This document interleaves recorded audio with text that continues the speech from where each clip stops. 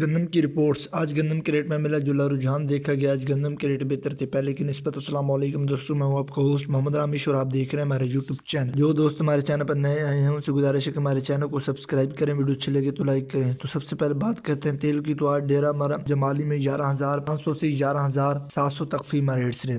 اس کے علاوہ جوار کی بات کرتے ہیں تو لال جوار سبی گلا منڈی میں 2880۔ کپاس کی بات کرتے ہیں تو بھاگناڑی میں 8,000 سے 8,700۔ اس کے علاوہ سرسوں کی بات کرتے ہیں تو شادہ پور میں 6,000 سے 6,500۔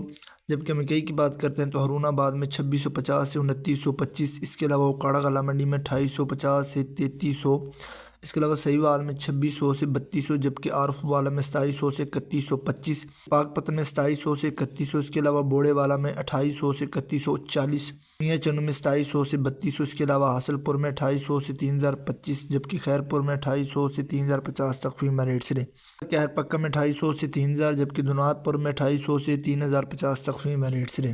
دھان کی بات کرتے ہیں تو سپر گجرا والا میں 1,500 سے 1,600 تک فیمہ ریٹس رہے۔